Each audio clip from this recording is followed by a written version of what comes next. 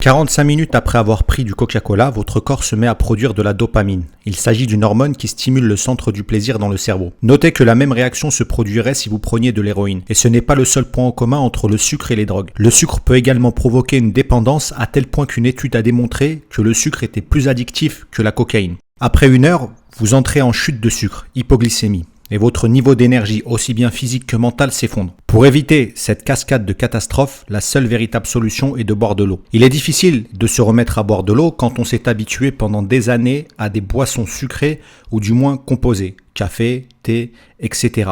Pourquoi arrêter le Coca-Cola et boire de l'eau ?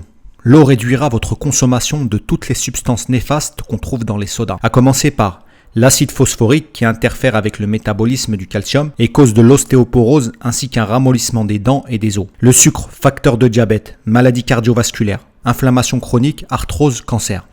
L'aspartame, il y a plus de 92 effets secondaires liés à la consommation d'aspartame, dont les tumeurs cérébrales, l'épilepsie, la fragilité émotionnelle, le diabète, la caféine qui provoque tremblements, insomnie, maux de crâne, hypertension, déminéralisation et perte de vitamines. Sans compter que l'acidité du Coca-Cola est désastreuse pour les dents. Avez-vous déjà remarqué, comme vos dents sont râpeuses après avoir bu du Coca-Cola, plus acide que le jus de citron, il peut être utilisé pour décaper les pièces en métal. Faites l'expérience de laisser une pièce sale de 50 centimes pendant une demi-heure dans un verre de Coca-Cola. L'émail de vos dents devient poreux, jaunâtre, grissade lorsque vous buvez souvent du Coca-Cola et c'en est la conséquence. Inutile enfin de parler des effets sur l'obésité, surtout chez les enfants. La consommation de soda augmente le risque de 60%. Il n'y a aucune bonne raison de faire boire des sodas à vos enfants. Sauf si vous voulez augmenter leur risque de diabète, augmenter leur risque de cancer, leur créer une dépendance au sucre. Alors voilà une bonne source d'économie en ces temps difficiles. Ne plus laisser aucune boisson sucrée franchir le seuil de votre maison et réapprendre à boire.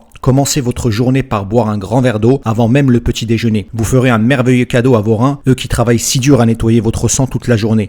Ils seront plus sains, plus propres et vous vous sentirez en meilleure forme. Si vous avez aimé la chaîne Guérissez, n'hésitez pas à laisser un pouce bleu et à vous abonner.